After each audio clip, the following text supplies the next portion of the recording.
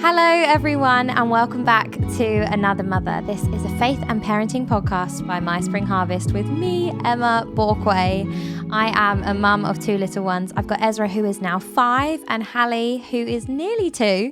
And throughout the past 2 seasons of this podcast, I have chatted to so many incredible people to hear about their parenting experiences, to share in their wisdom, to laugh with them, to learn from them. And it has been incredible. I actually can't believe I'm saying this, but this is our final episode of season 2. And the previous 20 episodes have just been better than what I could have ever planned for. I've been so encouraged and inspired and challenged by all the conversations, and I really hope that you have too if you've been listening. So we're going to be doing things a little bit differently for this final episode, and it might be a little bit weird, but it's going to be my first ever solo episode. Now, I am totally fine just sitting and chatting to myself. I feel like I talk to myself all the time. So I think the only issue might be if you guys are getting bored of my voice, which is very likely. So I'm really sorry if this turns out to be terrible, and I promise I'll never do it again. But I wanted to just give you, as listeners, the opportunity to ask me the questions. So I put a little thing out on my Instagram asking you guys to send in whatever it is that you want to ask me relating to faith and parenting and basically all the things that we talk about on this podcast. And I got so many amazing questions. So what I've done is I've just kind of categorized them and put them in themes, and I'm going to be answering those questions later on in this episode.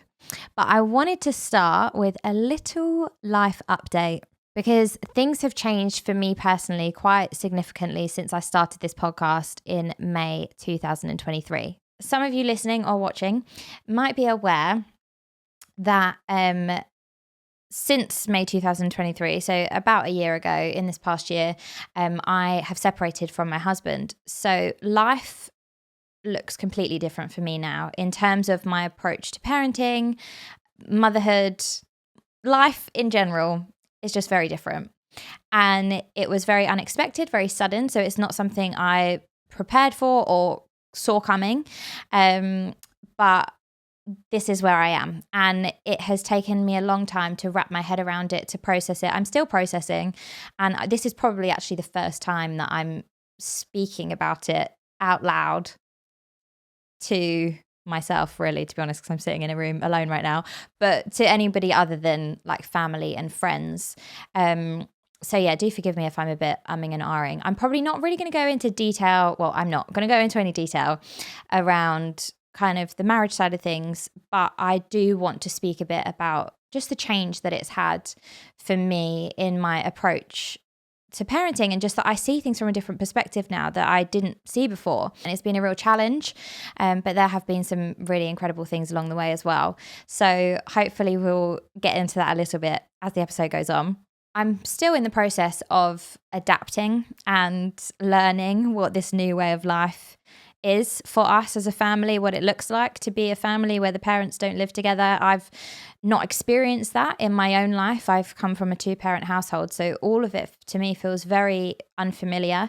Like there is absolutely no blueprint. And to be honest, I say there is no blueprint about everything to do with parenting, and that is true. I think no matter what comes your way as a parent, there is no blueprint. There's no one size fits all. There is no one way through this. You just have to seek wisdom, keep going, and try and do the best that you can for your children, which is what I am doing and what I will continue to do. But I do feel so much more confident now than I did this time last year. I think at the time, just like a few months after, I remember speaking to a friend actually, and I was saying, I just had felt like the rug had been pulled from my feet, and I just fell into a big dark hole where I just didn't know what there was. I just couldn't see anything, didn't know what steps to take, didn't know where to go, just did, like, everything was dark and I had no idea what to do. Whereas I feel now just like so much of that darkness has been filled in with a bit of light here, there and everywhere. And that's been through having great friends to talk to, great support people around me, therapy, God, just all of these things have massively helped. And I feel so much more hopeful for future. I don't feel fearful of the future the way that I did last year. And I know that there's a long way to go and there's a lot that I'm yet to experience. And there is so much learning to be done. But I do feel like this is a good time for me to reflect a little bit. But yeah, I think part of the reason that I do feel a lot more confident now than what I did last year is I think I've just seen God's faithfulness throughout every single day, to be honest. And I feel like I trust God so much more now than what I ever did before, which is a really weird thing to say when you come out of something that's been a real challenging time. You'd kind of think it does the opposite, but I do feel a real sense of like God is in control. God has got this. God's got everything in his hands, and I don't need to worry and I don't need to fear. And I think that has helped me so much personally to just feel more kind of like liberated to live life and pursue the things that God puts on my heart, and even entrusting my children to God so much more, knowing that not everything is on my shoulders, knowing that tomorrow something could happen that just completely changes everything, but what are my constants? What is my firm foundation? So I think this has been such a amazing wake-up call for me. It's been so hard, and I don't want to like diminish how hard it's been, and I don't want to be like just toxic positivity central, because that is often what I can be. I usually obviously sit here asking the questions to other people, but I've decided to switch roles today and allow you guys to ask me the questions. So I did put a thing out on my Instagram earlier, asking everybody for their questions that they want to ask on this podcast, and I'm hopefully going to cover as many of them as possible. I'll try and do some like pretty quick fire because no one loves a long answer, but I do love to talk, so we'll see how that goes. So some of the questions are about co-parenting and navigating this big change in my life, but there are also lots of questions around kind of keeping your faith alive and how you do that as a mum in this busy season of like so many needs and so many children shouting in your face all the time, how you can actually like have time with God. And then also how I manage my career alongside motherhood, and how I am pursuing the things that I want to do vocationally and even like hobbies and stuff like that. A lot of you are also doing that balancing act of you've got so many things you want to do, you're so creative, you've got ideas, you've got visions, you've got a career that you want to go back to or a new career that you want to start, but just working out how you balance that alongside motherhood. And I'm not saying I have all the answers whatsoever. I probably have very minimal answers. I do have some experiences that I would love to share with you. So let's get into it. First question. Oh my gosh. Okay, this is one of the most relatable questions that there were, which is, I want to have children, but I still feel like a child myself. Do you ever feel like this? Like this is me. I think I say every single day, I feel like I'm still 19 years old. I would say that's the age I got stuck at. I don't know about you. Are you stuck at an age? I'm stuck at 19, and I don't know why, but it's like as soon as somebody asks, how old are you? In my head, I think 19, and I just know that I'm not 19. But yeah, I don't know. I think, do you want to have children, but you still feel like a child? And yeah, do you know what? I think it's a question around like feeling ready to have children, isn't it? Like, when do you know that you're ready to have kids? And I don't know. I don't think you are ever 100% ready to have children, because it is such a big job. It is such a big thing. And there is no way to fully express what it's like raising children without experiencing it. But yeah, I actually did have an idea once to create a video that would be like how to prepare for being a mum, specifically to a newborn. And it's like everywhere you go, basically like carry an 8 kg or 10 kg weight. So like as soon as you get out of bed in the morning, like pick it up. When you're making the dinner, pick it up. Like just carry it everywhere you go, because that's basically what it's like when you've got a small child, is having to carry them everywhere. And you get so strong so quick. That is a real benefit of being a parent. Oh yeah, and then another thing that I saw once was about preparing for parenting, and how you should go to the supermarket with 2 goats and try and get them to like not touch anything. And that's basically what it's like going to the supermarket with kids. So really, there is no way to prepare. And then kind of leading on from that, somebody just wrote, which is such like a newborn mum type thing to do, but just wrote newborn tips. And they didn't write an actual question, they just said newborn tips. So I get you. You're probably busy and you're probably tired. You just need the tips. So do you know what? I'm here for it. I'm here for a question like that. And I remember having newborns, it feels so long in the moment because you're up for like so many hours all the time. And this is so annoying to say, but it actually does go quick. Like you will look back and you'll be like, oh my gosh, that feels like a blink of an eye, that time that I was up every single night. And it's really hard because I think so many times people tell you to like savor it, remember it. You're never going to get this time again. They're never going to be this small ever again. But it is so hard to enjoy something when it's so full on. I kind of feel like it's similar to being at like an all you can eat buffet. You always end up eating less than what you would if you went for like a normal meal, because it's like there's just so much. Like there's so much there that it's a bit overwhelming and you just don't even enjoy it the way that you should. That's how I feel anyway about having a newborn. Don't know if that's a very helpful analogy at all. And also I think another good thing to remember is, especially when you're up through all the hours of the night, you've got so much to do, feeding, blah, blah, blah, blah, so much on, that it is a stressful time and it's actually going to be stressful. And there's probably nothing that you can really do right now, especially if you've got a newborn, to massively change anything to do with their sleep. Obviously, if there's like issues there with like health and constipation, all that kind of stuff, there are like small things that you can change, but generally newborn babies just don't sleep very well, and it is a really stressful time. So I think it's about expanding your capacity for stress rather than trying to eliminate it, because I think trying to fix the sleep issue isn't going to happen, because it will fix itself eventually, hopefully. But in terms of when they're that little, it is just really, really hard. But it's about expanding your capacity to be able to manage that hard. And that means like just trying really hard to eat well, connecting with friends, getting some daylight. All of these things really expand our capacity to hold the stress of a certain time. And so, yeah, I think so often we can pursue the idea of like, okay, let me fix it. Like I've read probably 7 million baby books on like sleep and how to get your kid to sleep and how I can get more sleep. I'm obsessed with sleep. And I think I only started to feel better when I realized that I have to accept that this is a phase of life and this is going to be hard, but there are surrounding things that I can do that are going to help me to manage that hard a little bit better.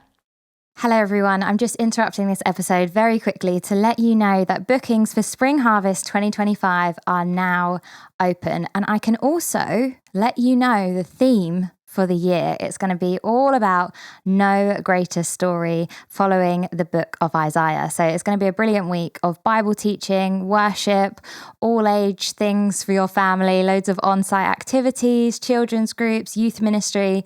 It's all there. So head over to springharvest.org to find out a bit more about the event and decide if you want to book on with your family. There's 2 sites, Skegness or Minehead at Butlins. So it's just going to be fun galore. Okay, so head over to springharvest.org and you can check out all the options. What is the biggest difference to how you've approached parenting with Hallie?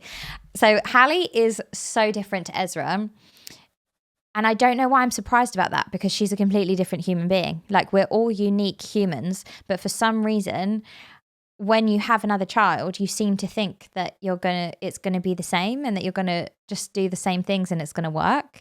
But it has been so different. But I think we try and prioritize one-to-one time more, where just having one child, you don't have to really prioritize that because that is just life. It is just one-to-one time. But when you've got multiple, it's really important to actually like set aside time to connect one-on-one and know what they really like and not just expect them to like what your other child liked. I love watching your journey. What would you say is the hardest part of motherhood? Okay, so I think there have been many difficult moments, but it's really hard to remember them because often they're quite like stressful in the moment, but a bit fleeting. But I would say, yeah, for me, the most challenging thing about being a mum so far has been navigating this past year of separation and what that looks like for our family, because I've just been so full of fear and just worried about my children's future and all of these things. I don't know, like there's been just so much on my mind. And I think that has been really hard as a mum. And I think every parent wants to do their best for their child. And I think I had an idea of what was best for my children and an idea of what the best was for my family. And when that doesn't work out the way that you think it would, or the way that you're working towards, then you have to kind of be able to adjust to what is the best that you can do in this situation. And that's been really hard because in my head it feels like second best. It doesn't feel like this is the plan I had. So yeah, I would say as a mum, that has been the hardest thing for me. So I guess leading on from that question, a bit of a personal one. How did you explain to your kids about the separation, and how did they respond? I write a journal for Ezra that I just write random things in it, and I'll do it for Hallie as well as she gets a bit older. But I write little things in there of like, oh, you said this today, or this is the way that you pronounce this word at the moment and it's really funny, or this is something that you love. And I think my reason for doing that is that I want him to know, like, if he ever feels lost in life in the future, when he becomes an adult and the world has confused him and made him think he's got to be this and that and the other, that he might be able to read something that reminds him of who he was as a child. Because I think being a child is like such a precious time, and probably the truest that we ever are to ourselves. And I just want him to be able to know who he was. And obviously he will grow and evolve into the young man that he is, and Hallie will grow into the young woman that she will become. But I want them to always know who they were first. And yeah, so I just write random little things in there. But then I've also written about some of the more significant times that I know will probably be forgotten or remembered, but in a hazy way. And I want it to be clear for my kids, because I know that this is a big life shaping event and something that they will probably want to reflect on at some point in their lives. So the way we did it, we kept it really simple. We were in complete agreement on how we were going to do it. We did it together, which was really helpful. I had read some things about kind of just really making sure that your kids feel secure, that there are two adults that kind of know what they're doing and they can fall under your care and they're going to be okay, and you will make decisions and they're going to be looked after. So yeah, we just really reassured that it was an adult decision, that mummy and daddy are friends, and that, yeah, that we love Ezra and Hallie, and that that absolutely nothing changes about us being their parents. And that was it. And then we said, do you have any questions? It was literally such a short conversation. Asked if he had any questions, and he asked one or two random questions. And then honestly, the thing that absolutely blew me away, which actually makes me like nearly cry when I think about it, is that he said, okay, so shall we pray? And I just, I'm going to cry. I couldn't believe that he said that. Like, I had prayed so much leading up to that conversation that God would just be there, that God would like be a parent to Ezra in any way that we fall short in our parenting, and that he would care for him, and that Ezra would just always know God as his father and his ultimate parent, because we're all going to mess up in some way. We're all going to get things wrong or not be perfect. But I just really prayed that Ezra would know like the closeness of God, and for Hallie too. But obviously Ezra at this point was the only one who was really aware of what was happening. And just for him to turn around and say, can we pray?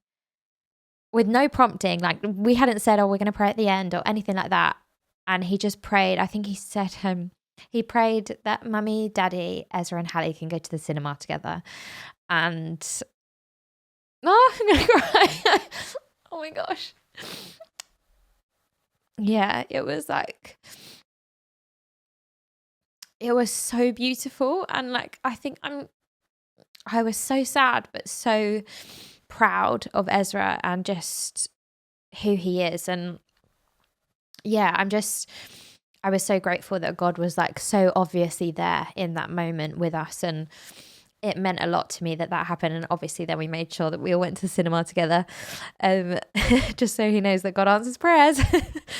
But yeah, that was how we did it. So well done to whoever asked that question for making me cry. Okay, this is really not ideal because now I'm just going to look all like cryy for the rest of this episode, but you're just going to have to get over that. Sorry. Okay, next question. Whew, move on. Any tips on co-parenting after a separation? Yeah, I guess on a very practical level, respect and gratitude are like two of the key things, even if you don't feel like being respectful and even if you don't feel very grateful. I think just allowing your words to lead you is important in terms of like, even if you don't feel it, say thank you. Like say thank you so much and respect them as a parent and try to not undermine one another. And I guess just constantly reminding yourself that you as parents are you are the for your children, you are the only parents that your children have. Like they don't have other parents.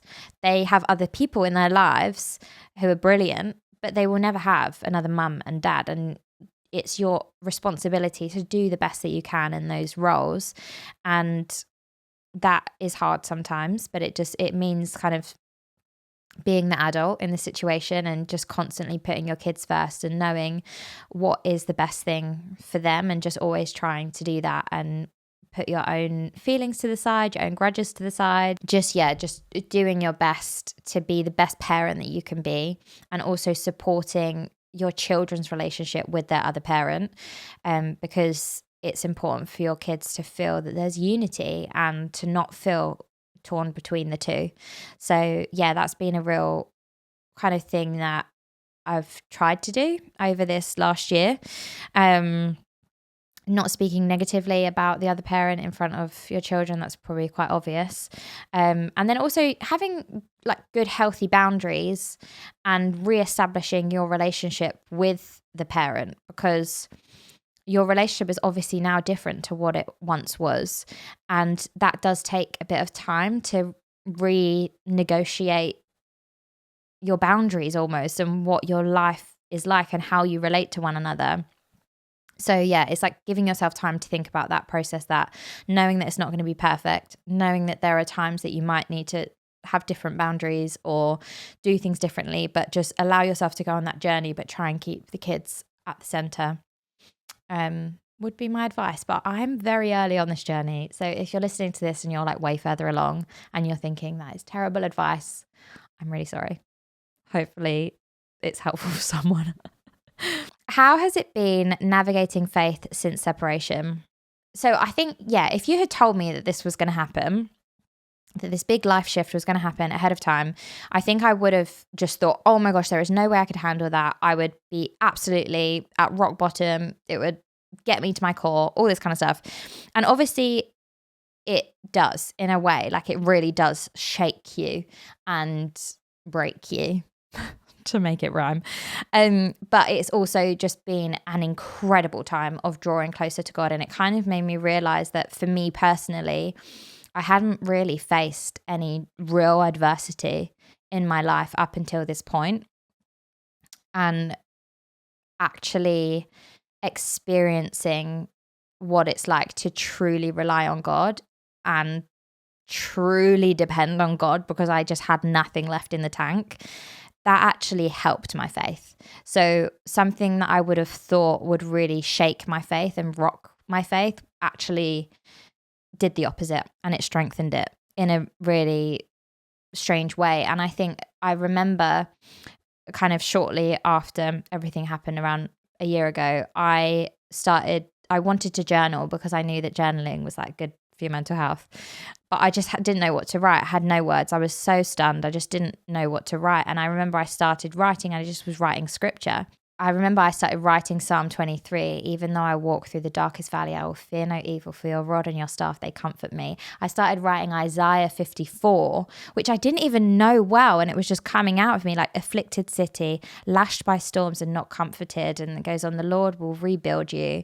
The Lord your maker is your husband, and he'll raise your children with you. And I was like, oh my goodness, like the Bible is so encouraging and such a foundation of truth for every season of life.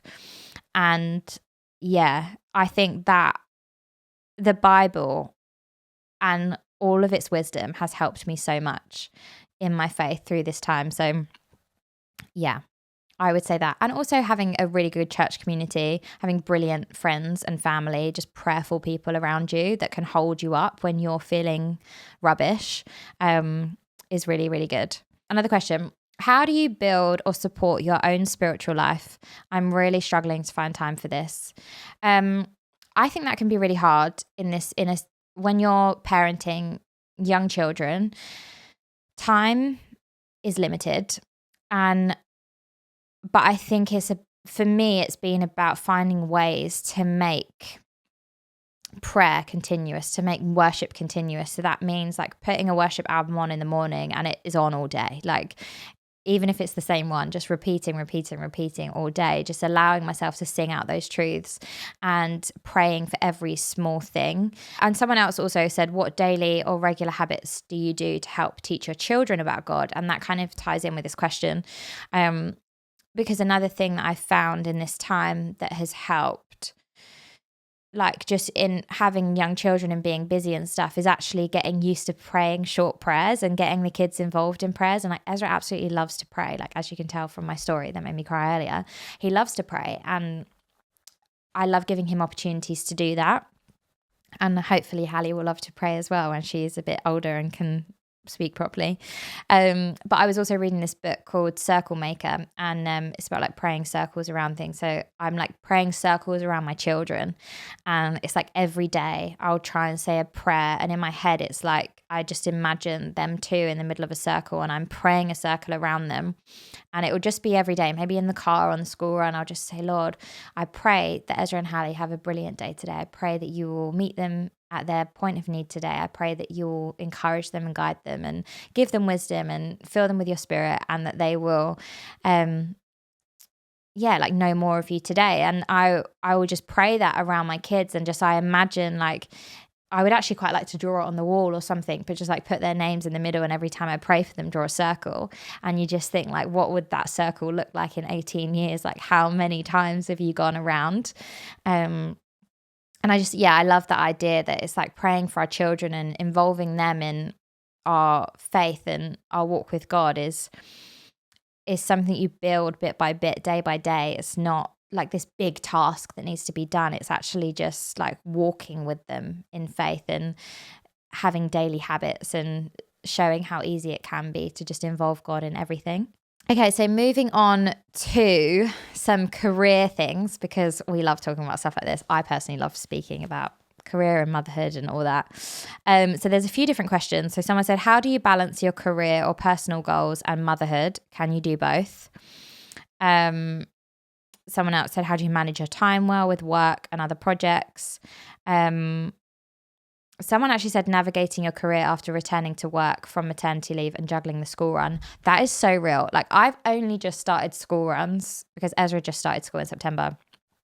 And it's like, how on earth, like, you think you're going to have so much time when your kid goes to school, and then you realize the school day is really short. So, and then also the schools like need you to do loads of stuff. And then your kids get homework and it's like, what? Like, what is going on here? So there's a lot to navigate. But yeah, how do you balance your career and personal goals and motherhood? Can you do both? The can you do both question is really hard, because everybody always says you can't do both, And I think you can do both, but I think you have to do both in a different way to what you would if you were only doing one, if that makes sense. So I personally have really benefited from doing both, because I feel the way that I work best is spending little amounts of time on things and like jumping from one thing to the next. I don't know if that's just the way my brain is, that I like to kind of be activated by completely different tasks and different things, rather than staying in one like constant stream of focus. But I know that some people really need like that serious focus on one thing to get something done. So yeah, I guess it kind of depends on your personality and the way that your brain is wired. But yeah, for me, I would say I write everything down. So every idea that I have, everything that I think that I want to do, every dream that I have, I write it down. I use this like app called Notion, and I just have so many little like boards on there where I just write all these different things. And for me, that helps because it makes me feel like even if I can't do it right now, I might be able to do it one day. And even if it's, not something for this moment, I can pray on it and I can think, okay, well, when might it be for? Like, is this for some point in the future? Is it some point in the next few months, or is it some point in the next 10 years? But just never allowing dreams to go unacknowledged, because I do think that they always come up for a reason, or ideas that you might have or things that you might want to do. And I used to get a little bit bogged down by this idea of like writing everything down, because then I would kind of almost see it as like a to-do list of like, I've got to do all of these things and I'm failing if I don't do this and this and this and this. But that's actually not how I view it anymore. I view it as like the more you write it down, the more you're just encouraging yourself to like acknowledge everything that comes through your mind, and some things will stick and other things won't, and that is so fine.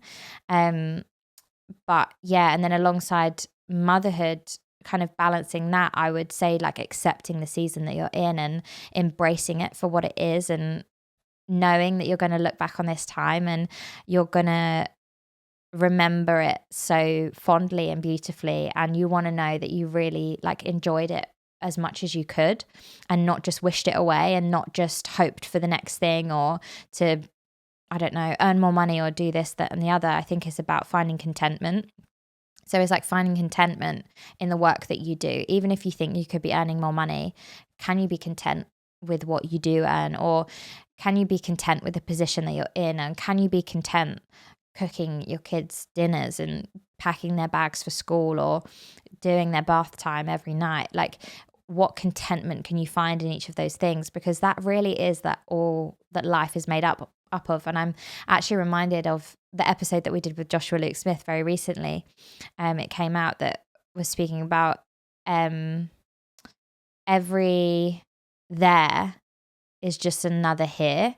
And it's like wherever you are right now is kind of like there isn't that much different to here. The only thing that is different when you get there is you. Like, you can achieve these different things, but they're not really things that you're like, that you're waiting to happen in your life. You're almost making it happen by just being the fullness of yourself here in the moment, right now, here. And I'm reminded in the Bible in John 10:10, it says, like, Jesus says, I have come that you may have life, and life in all its fullness. That doesn't mean like the end of your life being the fullness of your life. It doesn't mean getting to this one day in the distant future where you look back on your life and you say, wow, my life was so full.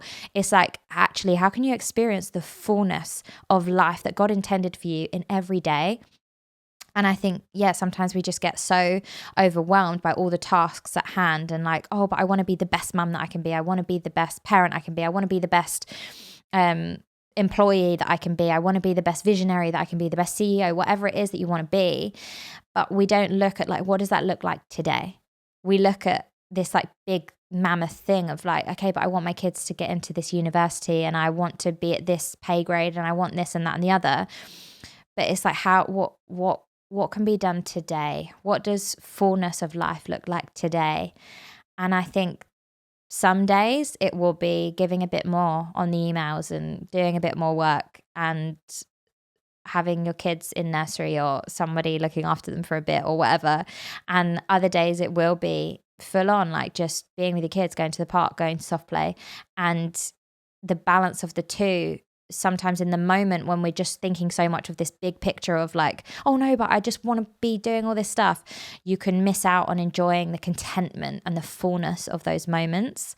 So I think that's how you do both, is that you accept that it's always a bit of a trade-off and it's always a balance, and you can't technically do both at the exact same time. Especially if you're fully at home with the kids and you're completely out of work, and you've made that decision, but you want to get back into work. Sometimes that will require you to set some time aside to like pursue other things or to have a bit of focus time. Like I remember when I was on maternity leave with Ezra, I wrote a book for an organization that I used to run called Girl Got Faith. And I committed that I was just going to do 1 hour a day during a nap time for that book, and it was amazing to see like how it slowly progressed. And you think like, what on earth, like it takes me like half an hour to even get focused or get my laptop or I don't know, make a cup of tea. So then technically you're having maybe half an hour of actual work time a day. But those like gradual bit by bit things, it's like you don't expect everything to come instantaneously, that you can gradually build towards this like balance of life and this wonderful way where you can actually experience bits of all the things that you want to enjoy. You can pursue all the things you want to pursue, but find contentment in all of it rather than like wishing away one moment for the next. How do you know which ideas to make happen and which ones to pass by? I love this question, and I think it links back a little bit to what I said before about writing everything down. And I think sometimes, especially if you're like me, you can get really passionate about an idea, but then sometimes with a bit more thought and just giving it a bit more time and space to breathe, you realize, oh, okay, yeah, no, there's this bit that wouldn't work, and maybe this bit would be a bit of a challenge, and this bit isn't quite right for me. So you can work it out that way, I think, by writing things down, just giving yourself a bit of time to like mull over it. And then which ideas to make happen. I do find, for me, I like to process with other people. And I know a lot of people say like, when you've got ideas, don't tell other people, don't tell anyone, and they'll just crush your dreams. But I find if you've got good people around you that know you well, know your capacity, and also are encouragers, like they're people that you know are for you and love it that you have ideas. Like I've got a few people in my life like that. I'll sometimes go to them and like talk through the idea, because sometimes when I'm speaking about it out loud, it helps me get a bit more clarity on it. So I'd say that's how I do that. And then finally, I just love this question. What are the ways you are getting your pink back after having kids? And I don't know if you guys know about this principle. I think a lot of people probably do know. But I wrote down here what it said online about it. But flamingos lose their pink feathers while raising their young because they give their energy and food to their children. However, they eventually regain their vibrant pink color. Mothers may feel like they are losing parts of themselves or like they aren't able to operate at their fullest capacity while raising their children. However, they will eventually regain their sense of self. So yeah, I just love the kind of idea of getting your pink back and accepting that it is a time when you're raising young children that you've got to give a lot of energy to your kids, and sometimes that energy that you pour out feels like it's like draining you almost, and you do wonder at what point you're going to be able to pursue the things that you want to pursue again, or find your hobbies again. But yeah, I think for me it's been just, I think, giving myself time and space, writing things down all the time. I just love to write things down, remembering what it is that I enjoy, but also knowing that like you're not necessarily getting your pink back in the same way. Like it's not going to be the same shade of pink. It's going to be different because your life is different now. You've got different things that you love. Your heart has been expanded. Your mind has been, your worldview has been expanded. You see life through a different lens. So there's going to be different things that are important to you and different things that bring you joy, and just really like allowing yourself to be on that journey. So yeah, I would say giving it time, spending a lot of time with friends and people that you love to be around, and just a supportive community is really important. But yeah, go at your own pace. Maybe that's fast, maybe it's slow, who knows? But yeah, I have absolutely loved this time just chatting. I hope it's not been too boring just hearing my voice. But yeah, just thank you so much to everybody who has sent in questions and everybody who has listened for this whole video and podcast episode. I really appreciate you, and I thank you so much for being on this journey with me over the past 2 seasons. And yeah, hopefully I'll get to see you at Spring Harvest 2025. But until then, see you soon.